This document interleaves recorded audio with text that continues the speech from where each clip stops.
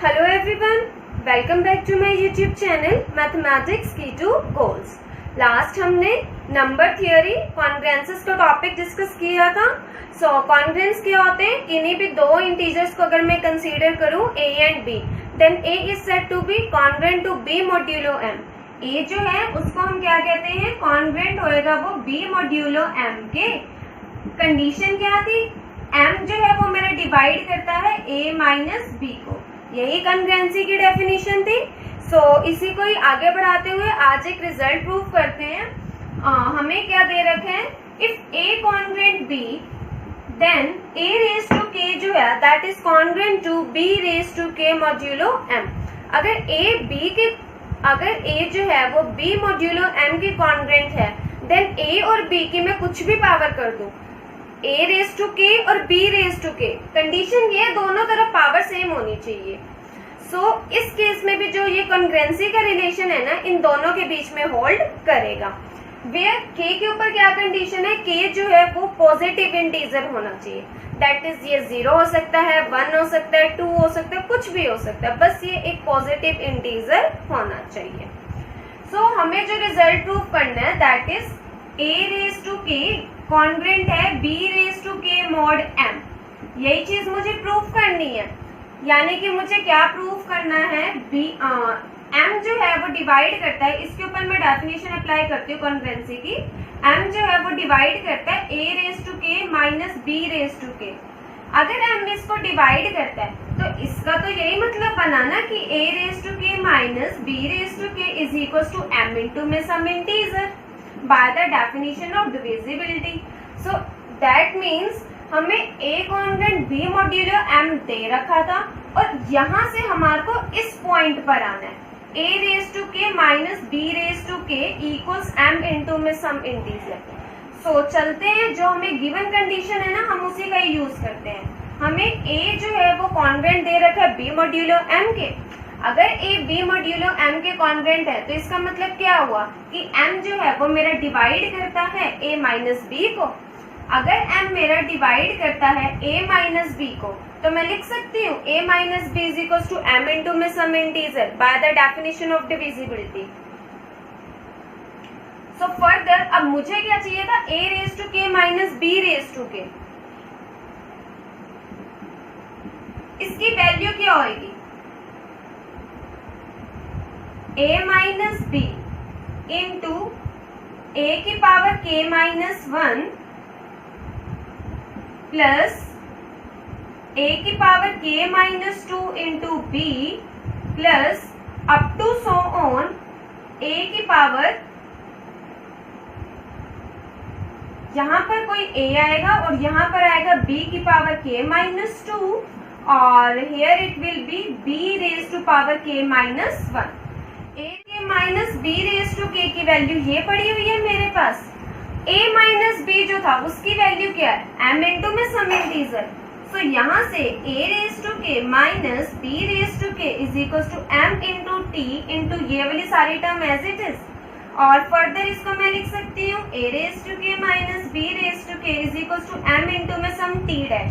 ये पूरी मेरी इंटीजर वैल्यू पड़ी हुई है, ये भी मेरा कोई इंटीजर था, तो फर्दर इसको मैं कोई t dash another integer consider कर सकती हूँ, जहाँ पर t डैश जो है वो मेरा कोई इंटीजर है और उसकी वैल्यू जो है वो ये है t इंटू में ये वाली टर्म।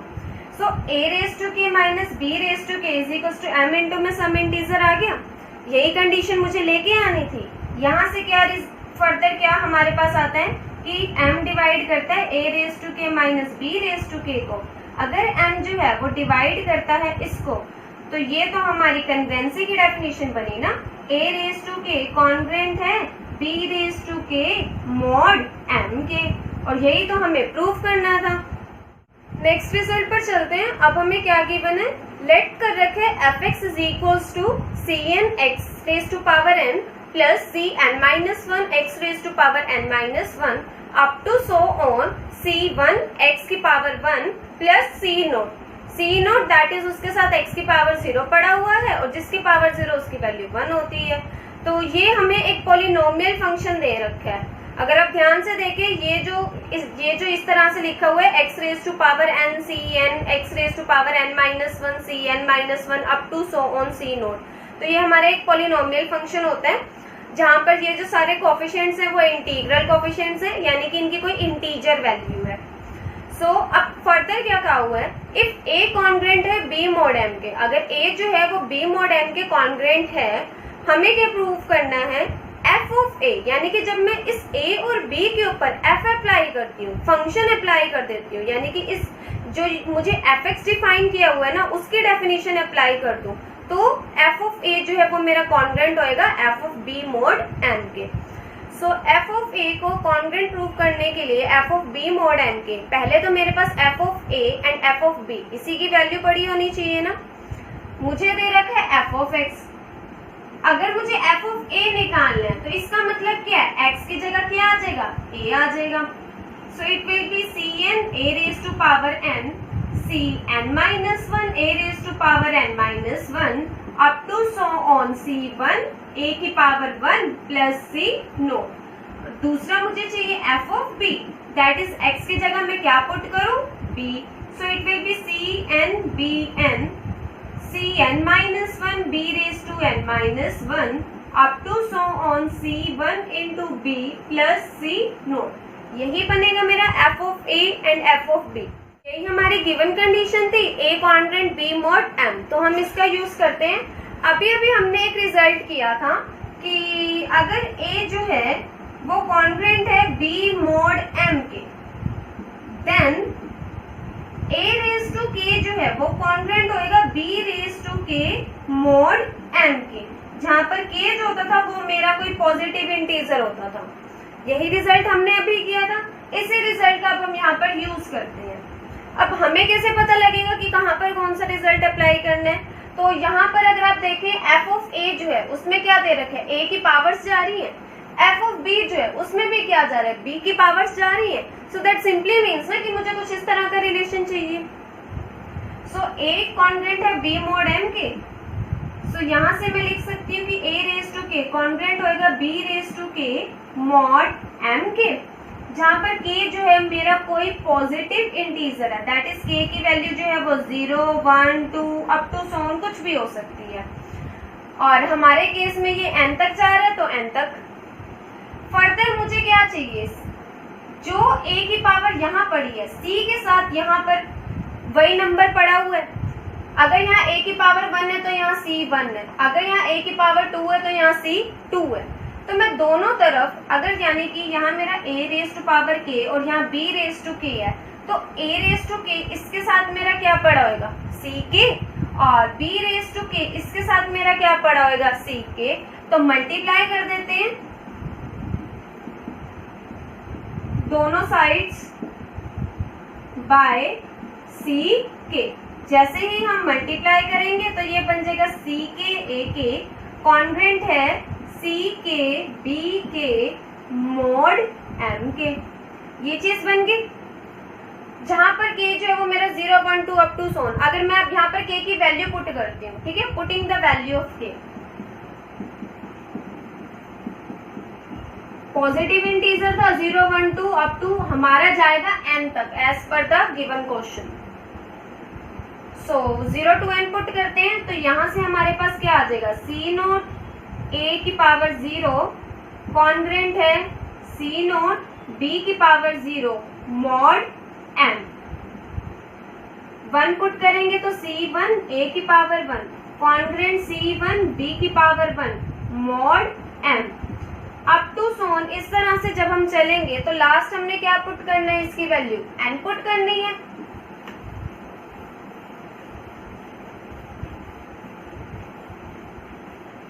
सो लास्ट इसकी वैल्यू n पुट करते हैं, it will be cn a की power n congruent cn b की पावर n mod m। यही चलेगा।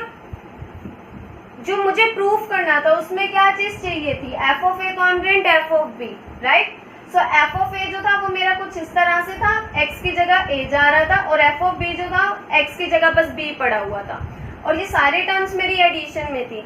तो इन सारी टर्म्स को, इसको इसके बाद जितनी भी आ रही है उन सबको अगर मैं ऐड ऑन कर दूं तो मेरा क्या बन रहा है, चेकआउट करते हैं। It will be C0 C1a C2a square up to so on Cn minus 1 a raised to n minus 1 plus Cn a raised to n। ये जो है मेरा कॉन्ग्रेंट जाएगा किसके, C0 C1b C2b square up to so on Cnbn and here it was mod m। ये सारा जो था वो मेरा f of a था, ये सारा जो है वो मेरा f of b है, और यही तो हमने प्रूफ करना था, f of a congruent f of b mod m। सबसे पहले आप थ्योरम की स्टेटमेंट देखो, जो भी थ्योरम की स्टेटमेंट है उसमें क्या क्या डिफाइन किया हुआ है, जो प्रूफ करना है ना उसको एक बार एनालाइज कर लो, और जो गिवन कंडीशन है उसका यूज कर लो। अब कुछ क्वेश्चंस प्रैक्टिस करते हैं। So now coming to the very first question on the basis of concepts we just did is that we are supposed to find the remainder when 2 raised to 20 is divided by 7। so 2 raised to 20 ये तो इतना बड़ा number है, हम इसके लिए कैसे reminder find कर सकते हैं। आपको 2 raised to 20 दे रखा हो, या 43 raised to 7148 दे रखा हो, या 61 raised to या 12961 raised to 54185 दे रखा हो, और इसको किसी भी नंबर से आप डिवाइड करवा रहे हो तो आप इनके रिमाइंडर्स फाइंड कर सकते हो विदाउट एक्चुअल डिवीजन, क्योंकि अगर आप ध्यान दें इसकी जो पावर है वो कितनी ज्यादा है। सो आप इसको सॉल्व करने के लिए थोड़ी ना बैठोगे, आपके कैलकुलेटर पर भी कंप्लीट वैल्यू नहीं आएगी। सो ऐसे केसेस को, ऐसे क्वेश्चंस को कैसे करना है, by this example we will study.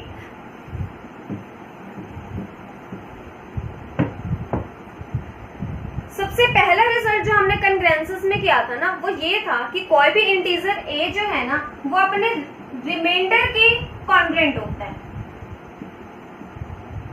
तो इसी रिजल्ट का अब हम इस क्वेश्चन में यूज करेंगे। 2 raised to 20 के बजाय सिर्फ 2 को कंसीडर करो, पहले 2 को 7 से डिवाइड करवाओ, रिमाइंडर 2 ही आएगा। सो मैं लिख सकती हूँ 2 जो है वो कॉन्ग्रेंट है 2 mod 7 के। अगर मैं 2 की पावर 2 कर दूं 4 आएगा, तब भी 7 से छोटा है। 2 की पावर 3 करते हैं 8 आएगा, दैट इज यहाँ पर 2 cube congruent, here it will B 8 mod 7। अब ये मेरा बन गया a congruent b mod m। b जो है m से डिवाइड होने पर वही रिमाइंडर देगा जो a जो है m से डिवाइड होने पर देगा। सो 8 को आप 7 से डिवाइड करवाओ, रिमाइंडर कितना आता है 1, दैट इज 8 कॉन्ग्रेंट है 1 mod 7 के। और जो हमने रिजल्ट किया था कि a congruent b mod m होता है if and only if a and b leave the same remainder when divided by m। तो यानी कि अब यहाँ पर मैं उस रिजल्ट से क्या लिख सकती हूँ, 2 raised to power 3 कॉन्ग्रेंट है 1 mod 7 के। मुझे पावर कितनी चाहिए 2 raised to 20, यहाँ पर कितना है 2 raised to 3। 3 को किससे मल्टीप्लाई करूँ कि मेरा वो 20 के आसपास बन जाए। 3 के टेबल पर 20 तो जाता नहीं, 20 से छोटा 18, 6 पर जाता है, दोनों तरफ पावर जो है वो 6 कर देते हैं। 2 raised to 3 raised to power 6, 1 की तो जितनी मर्जी पावर कर दो वैल्यू 1 ही रहती है। सो 1 and here it will be mod 7। So here it will B 2 raised to power 18 and here it will B 1 mod 7। अब मुझे क्या चाहिए 2 raised to power 20, यहाँ पर 18 है, और एक हमारा यहाँ पर 2 raised to power 2 वाला स्टेप जो था वो इंक्लूड कर लेना। 2 square here it will be 4, the first step was this। सो अगर मैंने स्क्वेयर किया था देन फर्दर हमने क्यूब किया था तो यही हमारे पास आया ना। अब 2 स्क्वेयर मेरे पास ये पड़ा हुआ है और ये भी पड़ा हुआ है। अच्छा 18 प्लस 2 करूंगी तो पावर 20 हो जाएगी। बेस सेम, मल्टीप्लीकेशन में अगर बेस सेम होता है तभी पावर से ऐड होती हैं। सो दैट मीन्स अगर मैं इसको फर्स्ट इक्वेशन कर दूं और इसको मैं सेकंड इक्वेशन कर दूं तो अब मेरा नेक्स्ट स्टेप क्या है, मुझे फर्स्ट और सेकंड को क्या करवाना है मल्टीप्लाई, तभी तो वो 2 raised to 20 बनेगा।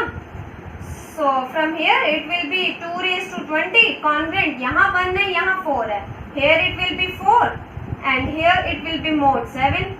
सो और यहाँ पर हमारा रिमाइंडर पड़ा होता है, ए कॉन्ग्रेंट होता है आर मॉड्यूलो एम के. सो 2⁻20 को जब मैं 7 से डिवाइड करवाऊंगी रिमाइंडर क्या आएगा 4. इसी तरह से एक और क्वेश्चन करते हैं. अब हमें क्या दे रखे हैं 111 raise to power 333 plus 333 raise to power 111 divided by 7 और हमें इसका रिमाइंडर फाइंड करना है. बहुत बड़ा नंबर है ये. तो जैसे हमने पिछला क्वेश्चन किया था कंग्रेंसेस के रिजल्ट्स अप्लाई किए थे, उसी तरह से हम इस क्वेश्चन में रिजल्ट्स अप्लाई करेंगे. ब्रैकेट में रीजंस जरूर देने हैं. 4 मार्क्स का क्वेश्चन है. सो अब हम सबसे पहले क्या फाइंड करते हैं, इसके लिए फाइंड करते हैं 111 रेज टू 333. इसको हमें 7 से डिवाइड करवाना है. 333 को छोड़ते हैं, पहले हम बात करते हैं 111 की बात करते हैं और 7 से डिवाइड करवाना है. इसको 7 से डिवाइड करवाओ. जब तुम इसको 7 से डिवाइड करवाओगे ना 16 7 112 होता है. सो यहाँ पर मुझे किसकी नीड है -1 की. सो मैंने इसको इस तरह से लिख दिया. अब 111 रेज टू पावर कितना था 333, यहाँ तो ऑलरेडी -1 ही आ गया. 1 आ चुके हैं, चाहे प्लस का हो चाहे माइनस का हो. वैसे भी ए और बी जो होते हैं वो इंटीजर होते हैं. सो अब इस कंप्लीट की जो पावर है वो 333 कर देते हैं. कॉन्ग्रुएंसी का sign as it is -1. Odd power है तो -1 ही आएगा. So here it will be mod 7. अब यहाँ पर हमने कौन सा रिजल्ट अप्लाई किया है कि ए कॉन्ग्रुएंट है b mod m के, तो a रेज टू k जो है वो कॉन्ग्रुएंट होएगा b raise to k mod m के, जहां पर k जो होता है वो मेरा कोई पॉजिटिव इंटीजर होता है. ये रिजल्ट अप्लाई किए. आप जो क्वेश्चंस को प्रैक्टिस करते हो ना, अगर आप ब्रैकेट में उनके रिजल्ट्स या रीजंस जो भी अप्लाई कर रहे हो आप उनको लिखोगे ना तो आपका थ्योरम भी एक बार रिवाइज हो जाएगा. आपके रिजल्ट्स जो हैं, क्योंकि इसमें काफी सारी थ्योरम्स हैं, लाइक फर्स्ट चैप्टर डिविजिबिलिटी में ही कितने सारे थ्योरम्स थे. बट आप जब क्वेश्चंस को प्रैक्टिस कर रहे हो ब्रैकेट में रीजन दे रहे हो तो आपका जो थ्योरम था वो रिवाइज हो जाएगा और आपको रट्टाफिकेशन की नीड नहीं पड़ेगी. मोस्ट इम्पोर्टेंटली आप समझ के करोगे.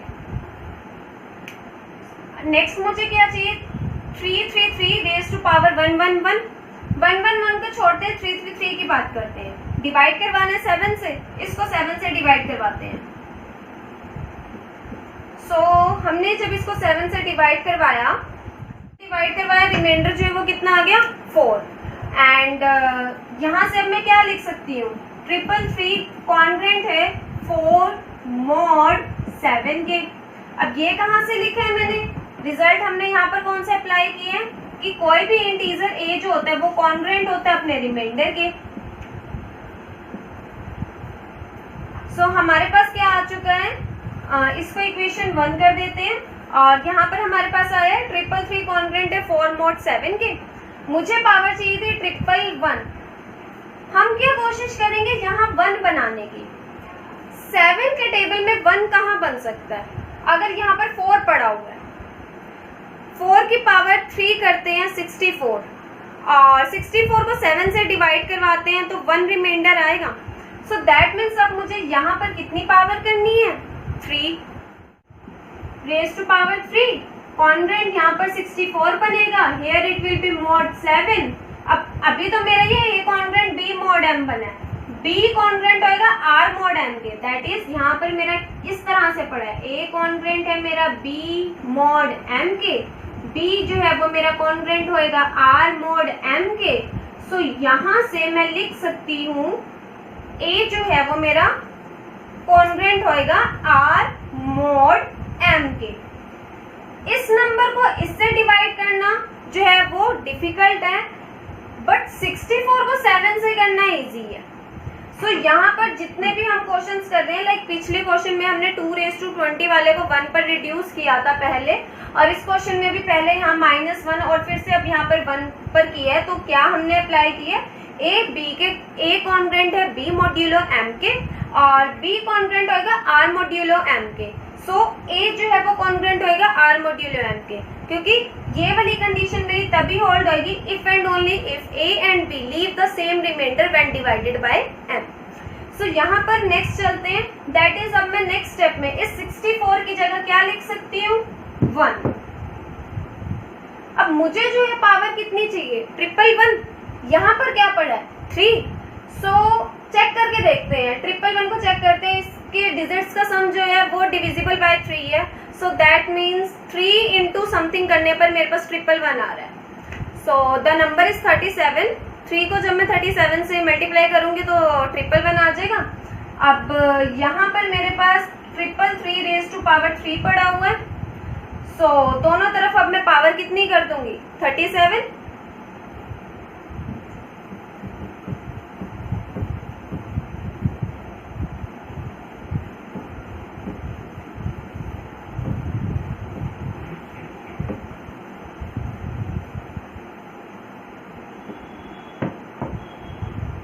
हमारे पास ये था 333 रेज टू 3 कॉन्ग्रेंट 1 mod 7। सो अब हम क्या कर देंगे, रेज टू पावर 37 कर देंगे दोनों तरफ। यहाँ तो 1 ही बनेगा, 1 के तो जितनी मर्जी पावर कर दो वैल्यू वही रहती है। सो यहाँ पर तो मेरा बन जाएगा 333 रेज टू 111 कॉन्ग्रेंट 1 mod 7। इसको इक्वेशन 2 कर देते हैं। मेरे पास इन दोनों के बीच में क्या पड़ा हुआ है, प्लस। सो दैट मीन्स मुझे फर्स्ट एंड सेकंड को क्या करना है, ऐड।